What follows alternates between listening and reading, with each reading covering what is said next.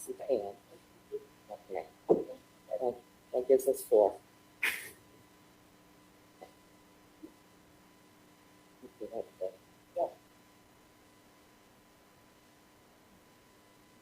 Okay, we are ready to start.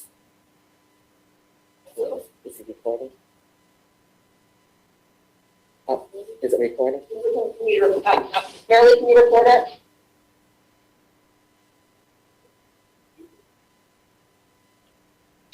Yes, I can hear you. Okay. Can you record it? Make sure we're recording. Absolutely. Yep.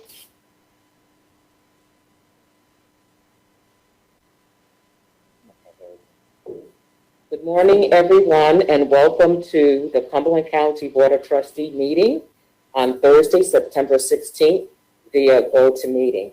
I would like to call this meeting to order this morning.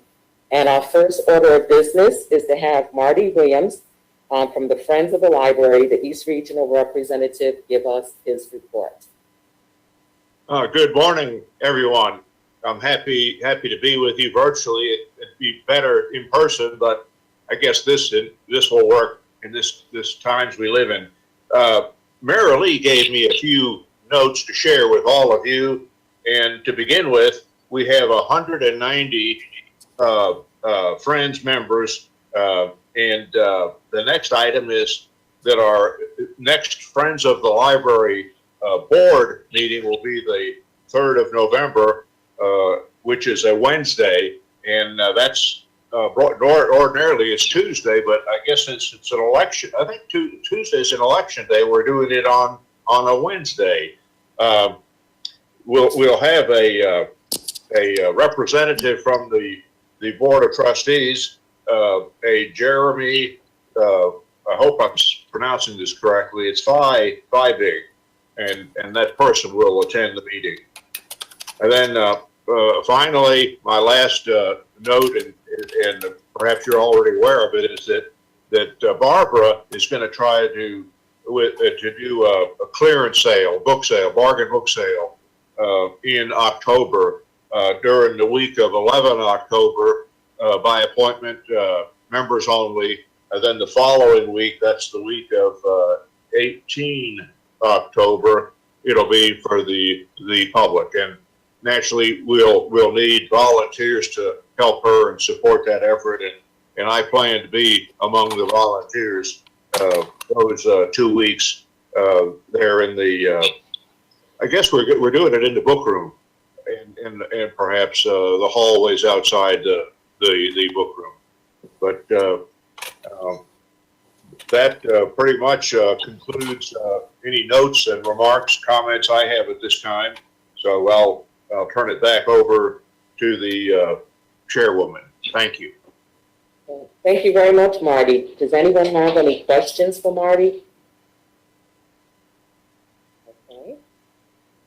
I don't mean to interrupt you, but that see that Cumberland just left. No. Does that mean that you are now down a trustee member?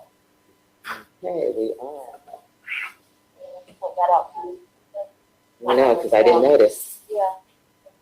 We are down to trustees, but we need at least 4 here. Were they here when the meeting convened? Yes. Yes.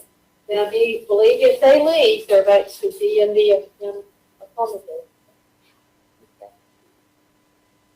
The minutes will reflect that they left. We do that. We'll consider that in a minute. Okay. Thank you. I'd like to move to approve today's meeting agenda. May I have a second? Your quorum, Yeah. Okay, thank you. Ann has seconded, and I will do a roll call vote. So we have Irene, could you please call the vote? Aye. Thank you. And we just have Ann, aye. And I also vote aye. And with Pam having been here, we'll take her vote as an affirmative vote.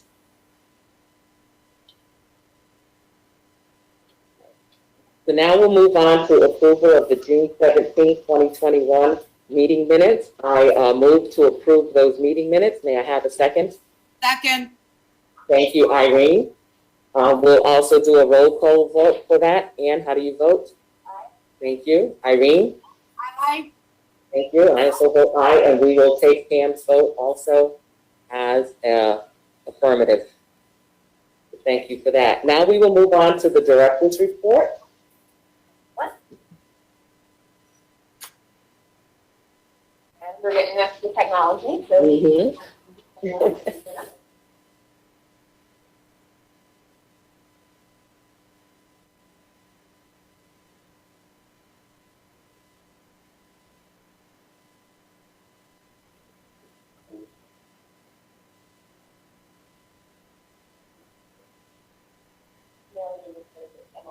But she's hoping that she's back there and get to see if she can contact people.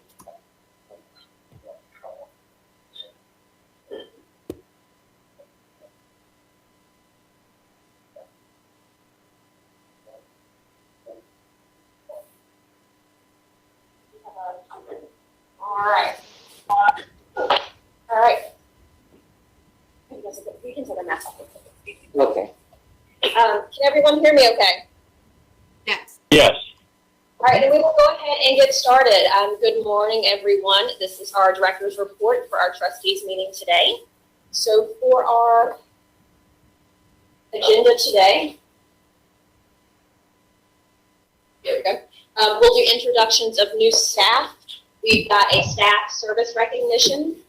And then I would like to share some updates on our no fines and no fees, a strategic review of recruitment, some things that we're doing with the review of the divisions and our organizational structure, grants that we're looking at, and American Rescue Plan funding, and then programming updates and staff day. So first, I'd like to welcome new library staff, and they are on GoToMeeting to introduce themselves. So I don't know, can we go back and forth with my presentation, or do I do that? They are, so first we have Andrea, she is the West Regional Manager. We have Joseph and then Marilia. Joseph is the IS Librarian 1 at headquarters, and Marilia is the YS Librarian 2 at East Regional. If you all want to go in that order and introduce yourselves, go for it, Andrea. Thank you, Faith. Good morning, everyone. Like Faith said, I'm Andrea Geringer. I have been in public librarianship for a little over 7 years now, most of which was in Florida. I started out as a teen librarian, and then I moved to a different system, was a circulation supervisor, and then took on a few other roles in that system. And then I have very recently, in June, relocated here to North Carolina. I had never been before, and I've joined this system as the branch manager for West, and everything's been going well so far. It's really been a Awesome, thank you, Andrea. Grace, go ahead.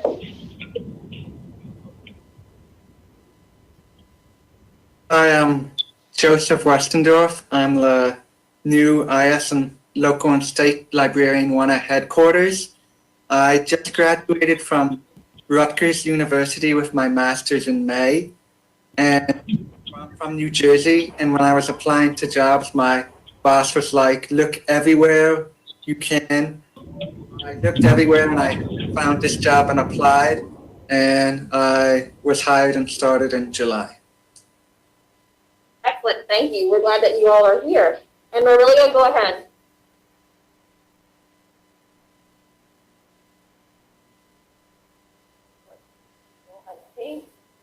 I think Marilia might be having some technical difficulties, but Marilia started a few weeks ago. She is at our East Regional Library as the YS librarian there. And if she comes back in, we will offer it. We will offer it. But until then, we will keep going. So we have a service award recipient for this meeting. It is Mary Campbell. Mary Campbell is our North Regional Manager, and Mary has 30 years of service with the library system.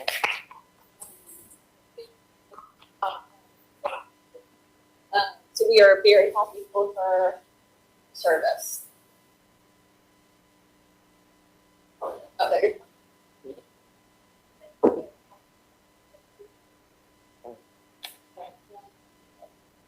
Yes. Who else? And Marilia, I believe, is back, so we will allow her to introduce herself.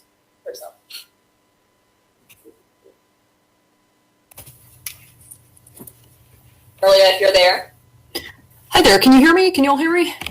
And Wonderful, I'm sorry about that. It was not letting me connect my audio. So I'm Marilia Wimberly. I'm the new Youth Services Librarian 2 at East Regional.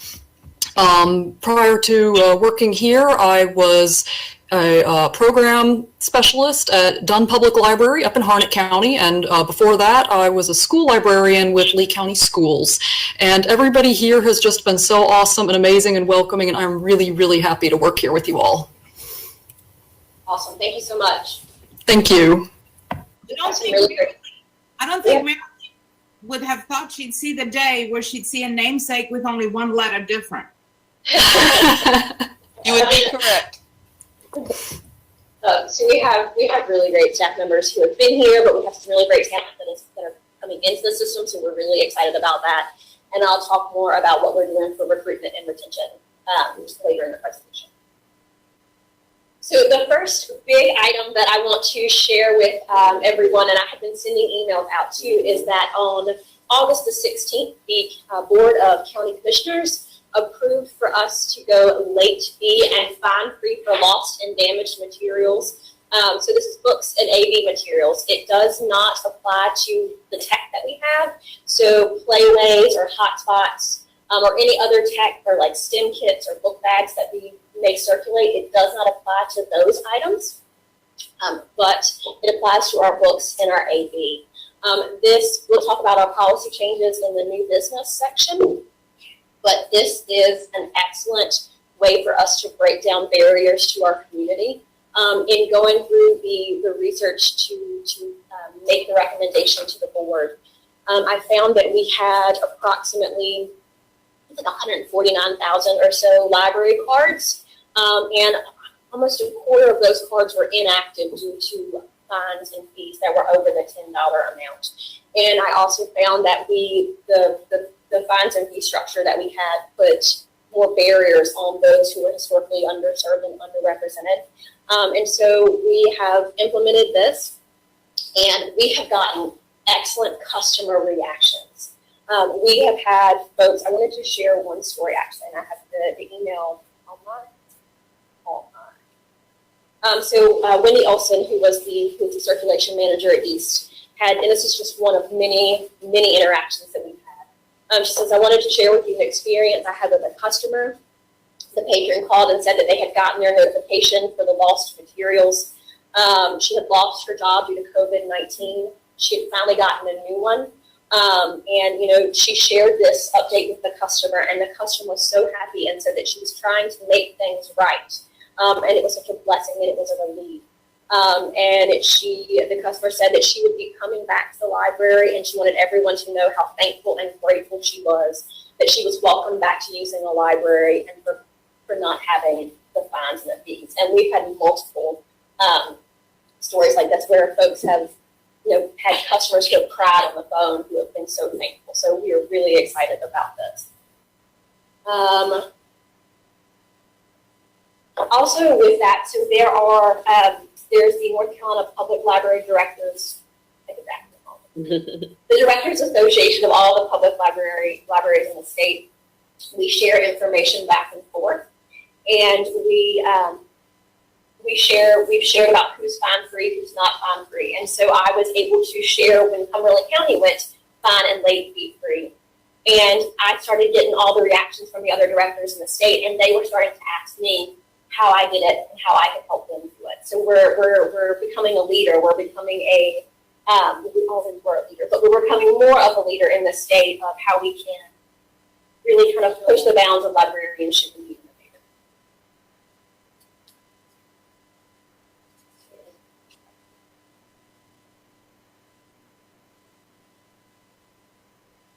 So we are doing a strategic review of recruitment right now as well. So in part of that, I'm doing a comprehensive review of the library's recruitment practices. The county has the goals of recruitment and retention, and I am working on that as well. And so we want to cultivate internal candidates and talent, help prepare the team members that we have to grow in their professional careers and get them where they want to go, what those positions might be, and to work with that professional development in mind. We have an emphasis on diversity, equity, and inclusion because we want to make sure that our library system represents all of our community. And so with all that, it's a very time-intensive project, but I have been sitting in on every single interview that we have been doing for all of our candidates. And it's not to make the decision of the candidate, but to review the process. What is the process of the questions? What is the interviewer asking? And how does the candidate respond? And what are they actually trying to get to? And then how we can be more efficient and more effective in our interview process so we can get the best candidate. And so what we are doing is we are transitioning to more of a behavioral-based interviewing process, which the research indicates that a behavioral-based process gives you like how people act in previous situations will give you a better indicator of how they will act or perform on the job. So the questions, instead of tell me your definition of teamwork, it would be tell me about a time you had to work as a team to solve a problem. What happened and what did you do? And so that way, we've had some questions where it's 23 questions and we're able to make it less, more efficient, more effective, and more wide range. One thing we're also doing too is we are changing how we do our interview panel structure. We have opened it up to all staff across the system. So a hiring manager can select their panel from different locations. It's not just the up-chain supervisors. And so that added for a lot of diversity of opinions, of staff member all, and it's been very robust, and staff has been doing an excellent job at it. So we are working on that. Also, I'm working to, and we advertise between county HR and internal HR, we advertise our postings throughout the state. But one thing I want to do is I want to make sure that when we have a posting that schools like Central, SILS, Greensboro, ECU, organizations like North Carolina's the Library Association's Roundtable for Minority and Ethnic Concerns, that they push the postings out to their lists and email listservs as well. So I've been emailing Dean Gant, the head of RIMCO, the folks at SILS, to say, hey, we've got these job opportunities, pushing out to your students just to start cultivating and enhancing relationships. So we're also doing a review of the divisions in our organizational structure. I really want to work to equip the library strategically for where we want to go moving forward. So we will be working to create a community engagement division with a division manager for community engagement who will be Nora Armstrong. So Nora will be over, Nora is the person for this position, and she will be over the entire division. So it'll be our mobile and outreach services, it'll be the digital navigators from the grant, and her team too, so we can really strategically think going forward how we can be out in the community and how we can be best serving our community. We'll be consolidating the programming and services and youth services division manager position. So Carla will be our division manager for programming.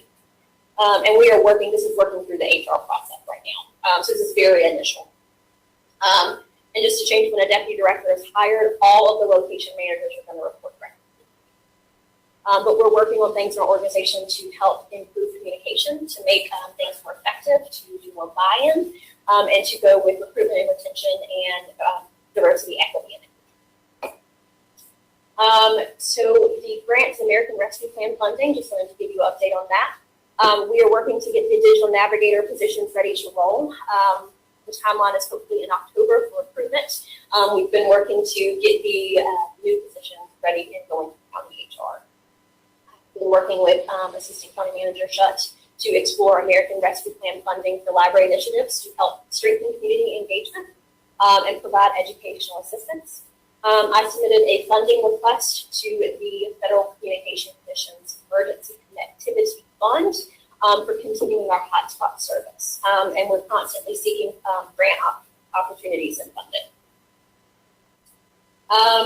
So programming, just an update with programming and staffing, where we are with that. We are providing programs as much as possible, given the COVID numbers in our community. We did take our storytime numbers down from 25 in the room to 15, and that has been working well in our locations. Safety is top priority, just want to continue to emphasize that. We are still providing virtual programming as well, so we have that. We are hoping to maybe possibly still have staff day in some form or fashion at the Crown Coliseum. I actually went yesterday with Heather Hall to explore how they can set up for more COVID safe social distancing, how that can happen.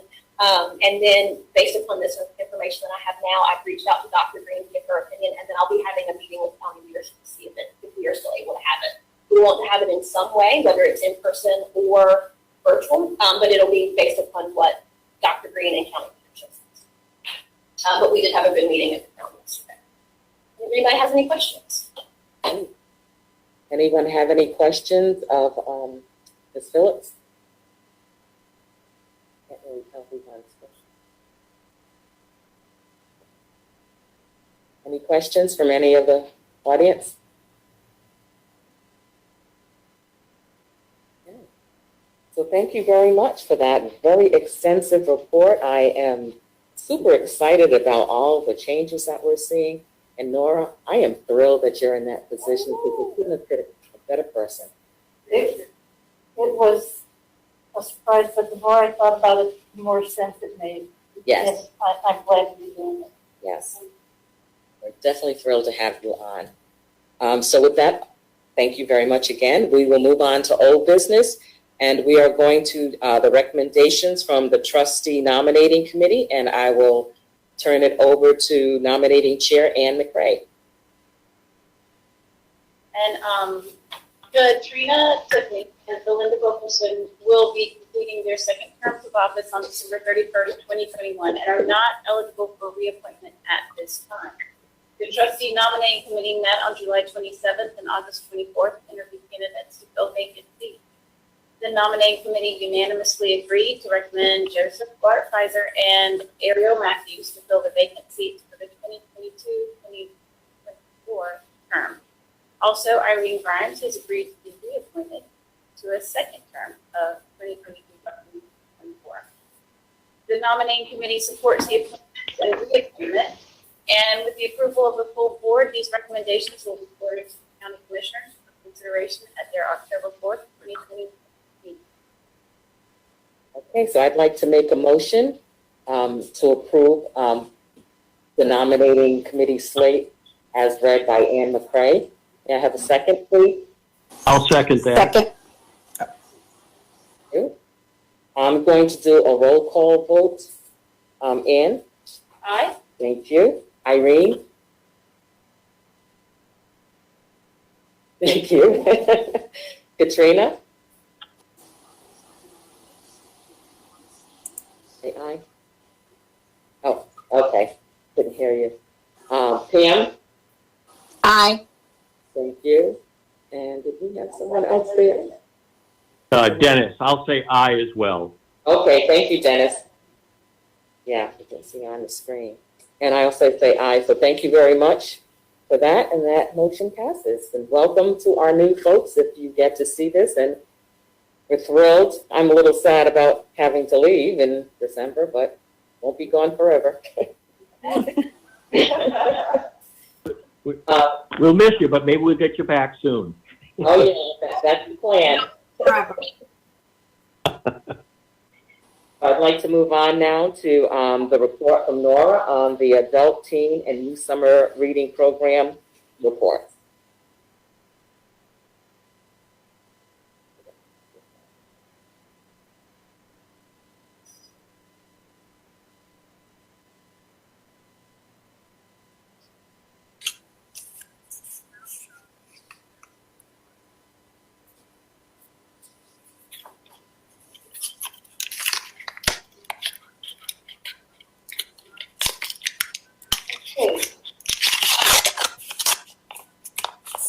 Good morning, everybody. As I was walking over this morning, I was trying to figure out, this is the 9th report that I will have given to the board about summer reading programs.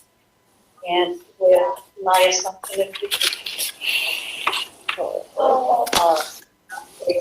I've been very excited to see as a continued drive and actually grow. We get a couple of good milestones accomplished. I think the entire staff would be very, very proud. The theme this year was Tails and Tales, and there was enthusiastic support for it, not just with staff, but also with our customers. I'm going to talk a little bit about the youth services first. Our children's program had 1,758 participants, and of those 1,758, almost 900 went on to complete the program in all 20 hours. So that's a 51% completion rate, which I think is astounding. But even more astounding is the fact that our kids read 1.8 million minutes over the summer. That's great. And as for the teens, they didn't do too bad either. There are 333 teens made it to the first level, and 77% of them went on to complete the 10-hour level. And they recorded 500,000 minutes, which if you can get a teen to sit down and read for 5 minutes, it's great. Imagine 500,000 all told. There were levels of prizes each week. We gave a weekly prize in the children's level. Each branch also had gift cards at the end for their children participants. And the grand prize for both children and teens was a Kindle, an age-appropriate Kindle for the children. And the team also got one, and you can see our winner there, who, if the masks were there, I'm sure the child would look very happy to have him participate as well. Now, as far as the adults, we broke it down into public and staff because we want staff to also participate, and we have been giving them incentives to participate so that they'll also talk it up to our customers. Almost 700 people in the public side turned in, completed initial reading records, and they went on to turn in an additional 912 second checks. So altogether, on the public side, over 6,200 titles. That also included magazines and DVDs that people checked out from the library. On the staff side, given that we have 155 staff members, we had a 2/3 participation rate, which I think is really, really good. And staff read 1,208 titles. So overall, just over 800 people reported about 7,500 titles. The grand prize, of course, this is one of the branch winners on the left. The grand prize, the branch prize for the adults included that little backpack, a guide to North Carolina wildlife to go along with the theme of Tales and Tales. But then the big thing was the zoo pass. It's good for a year for a family of 4 to go to the zoo. And the comments that we got indicated that some people, that was their incentive for participation. And we had talked earlier in the year about the importance of experiences over stuff. And I think that it worked really, really well. So we participated in Project Outcome, which was a Public Library Association database where you can enter information about participation. And it's a place to gather stories and not just numbers, but impacts on library programs. So I was reading through the results. One of the questions is, what do you like most about the program? Parents reported that their children were excited to do that. It gave them more time together as a family. One of the teens admitted that it helped him or her to stop procrastinating to finish the book. And also another teen noted that it's a way for them to challenge themselves to become stronger readers. One of the goals of summer reading for children and teens is to keep them actively involved in reading over the summer so they don't lose any progress that they've made between one grade and the next. This next comment, I think, is the gold standard as far as family participation. My child was able to read, which encouraged him to read more. We really want parents to model this behavior for their kids. And also, it gave adults an incentive to read more often. The prize this year, the premium that we gave for the initiative was a book bag. You all received one. It was really popular. I think out of the 500 or 600 that we bought, I only have 25 left. Wow. So that's really phenomenal. However, given everything that we've gone over through in the last 18 months, the next comment, I think, is the one that touched my heart the most, and I truly almost did cry when I think of it, because it speaks to the role that the library has played in this community as we have dealt with COVID. Somebody told us that the best thing about the program for them was the library personnel that made the pandemic time more bearable. Yeah. And if that doesn't validate everything that we have been through and all of the hard work of staff, not just over the summer review program, but for this whole 18 months, I don't know what does. That concludes my report. Again, I would like to thank the Friends of the Library for their continued robust support of not just summer reading program, but all the programming throughout the year for the library. What questions or comments does anybody have for me? Well, I want to say, within the numbers of people that participated, might also be quite a few people that sometimes never actually turn their sheets in, even though they do it, and it's in the kitchen, and they just never pick it up and bring it to the library because we're returning our books or checking out new books until it's like 2 months later. So there are a lot more. I know that I'm not the only one. I'm sure that we certainly did Numbers are probably even higher. We People circulated participating, but way they more. just never actually got it. I'm sure that we circulated way more than 7,439 items. But and really the programming, it's wonderful. The families, the kids. I mean, I had parents of elementary age kids like asking me, "Oh, when is it starting? And when can I start turning in?" It's something that really does get people excited, and the kids love it. Yeah, we love providing it for them. Wonderful, thank you. And I love the thought that goes into determining what the theme is going to be and looking at what the experiences were that went along with that theme. That was such a perfect time for the times that we live in. So I really appreciate all that you and your staff do, Nora, to make this work for this community. One thing that Carla Brooks, the Youth Services Division Manager, did was to arrange for us to be able to share virtual programming from the North Carolina Zoo as part of the summer reading program. So children watched that, and that counted as their time as well. And as far as the themes, we participate in the Collaborative Summer Learning Project, CSLP, and they set the themes. Next year's theme is going to be Oceans of Possibilities. Ooh. And I foresee a gas the aquarium maybe. Oh. But I'll let Carla deal with that because. I may add one thing to Nora's presentation that I shared earlier, but I think summer reading also accounts for this, plus the expansion of hours. I wanted to share that our door counts from July to August have been up significantly. So just to give you a little bit of the numbers, we had a total of 36,992 folks going to the door counts in the month of August alone. And from July, just a few samples. Headquarters, the total was about 7,200 people. It was up 976 people from the previous month of July. From North Regional, there were 6,125 people who came in.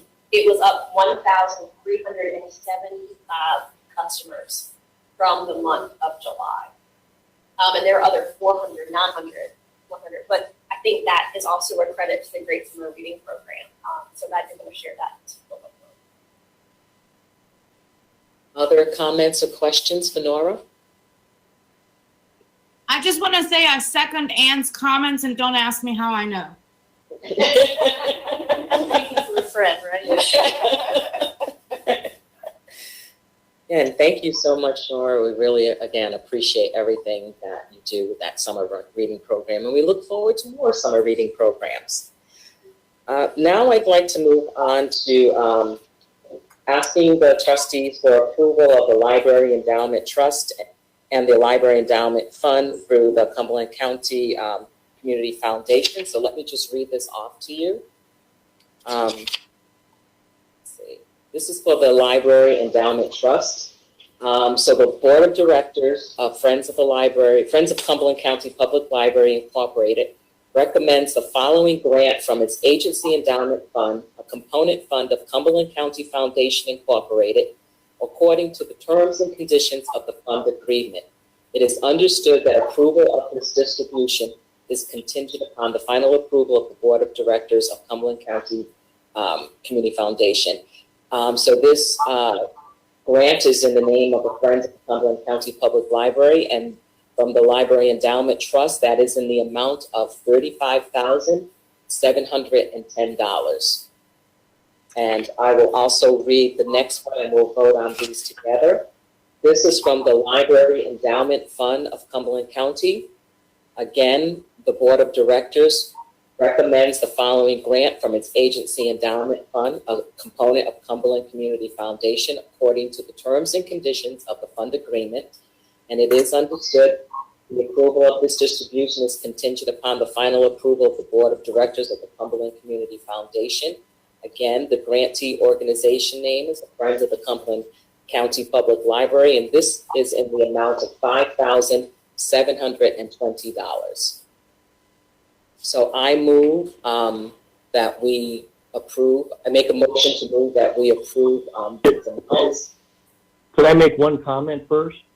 Yes. Who's that, Dennis? I just wanted to reiterate our thanks, gratitude, and appreciation to the Friends of the Library, Marty Williams, if he's still on, all the hard work that they do in terms of getting additional contributions to that fund. I think the numbers this year may in fact be a record for the two combined, and given that we haven't had bookstore sales in a while, that's a tremendous contribution for the budget for the existing year. But again, thanks so much for the Friends of the Library and everything you do to make those funds grow as they have been.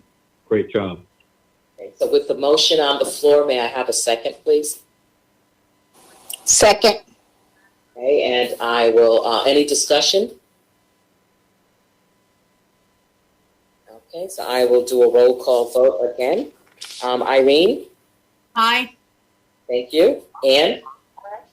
Pam? Aye. Thank you. Dennis? Aye. And Katrina? Okay, we can't hear you, Katrina. Okay, just do a thumbs up. Thank you. And also say aye. So thank you for that. And again, we are so thrilled with the work that the Friends of the Library do. We are probably one of the luckiest systems to have a Friends of the Library that are as committed and as dedicated to our system. So again, I appreciate all you do because I know everybody in the community benefits from your work. Okay, so now I'm moving on to, so with that in mind, one of the things that we do is we ask each member of the Board of Trustees to contribute to the Library Endowment Fund. So let me just give you a little bit of history on that.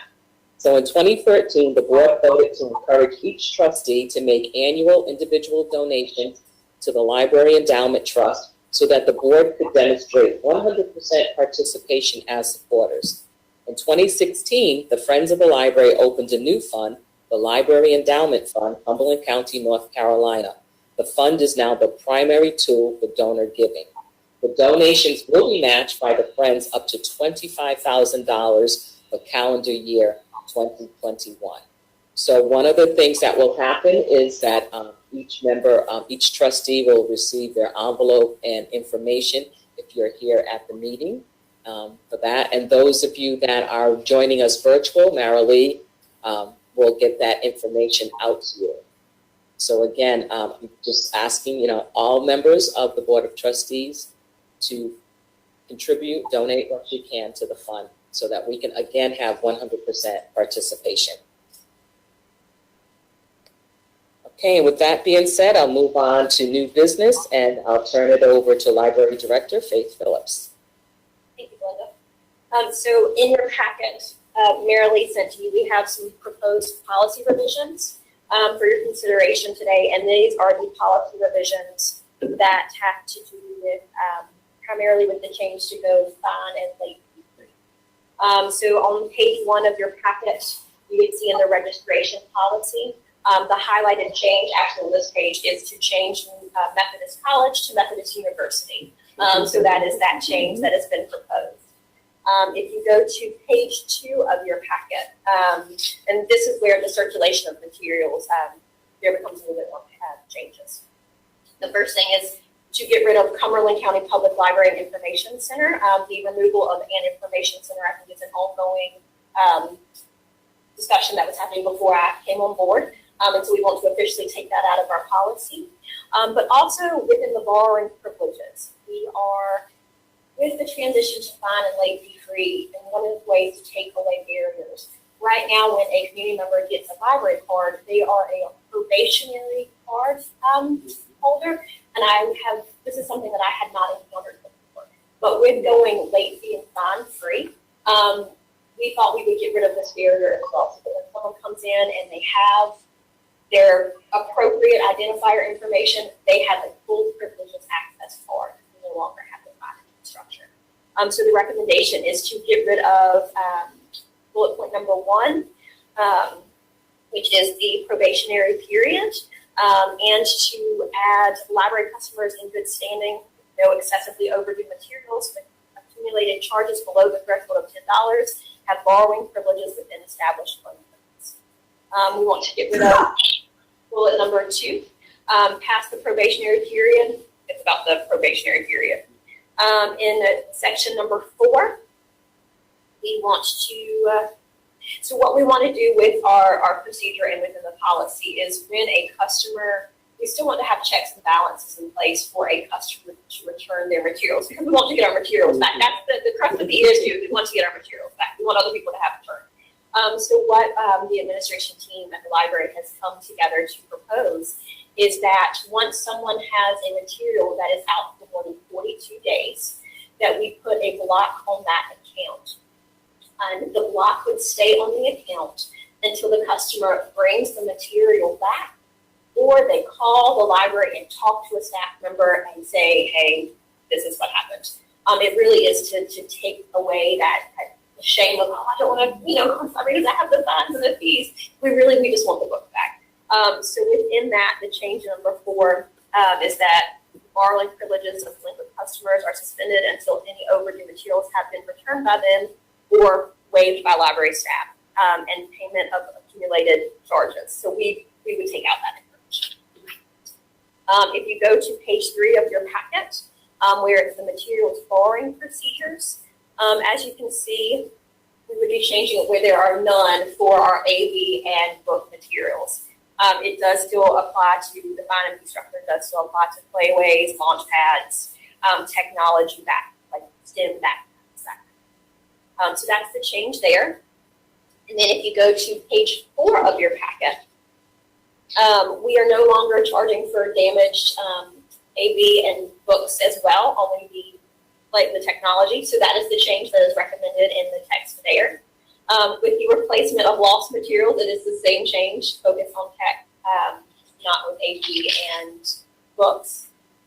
We are completely getting rid of the material replacement fee on page 5, as you would see, as well as the delinquent account policy, because with the no fines, no fees structure, we would no longer have that. And if there are any questions about those proposed changes, I am happy to answer. Do we have any questions for Director Phillips? Okay, I would like to make a motion that we approve the policy changes as read by Director Phillips for the Cumberland County Library System. May I have a second? I'll second that. And I will also do a roll call vote. Anne? Aye. Thank you. Irene? Aye. Thank you. Anne? Aye. Thank you. Dennis? Aye. Thank you. Katrina? Thank you. And I also vote aye. So thank you very much. Thank you so much again to you and your staff for the work in doing this. I, for one, am so thrilled we don't have any fees, late fees. Because often, you know, even though you get to read 3 times, I still would somehow get to that 4th time. So thank you so much for that and for the work you do and for taking into account the trends that we're seeing across the nation as far as libraries are concerned and keeping us, you know, in line with best practices. So I really appreciate that. Thank you again. So now we will move on to, again, Director Phillips and the proposed schedule updates.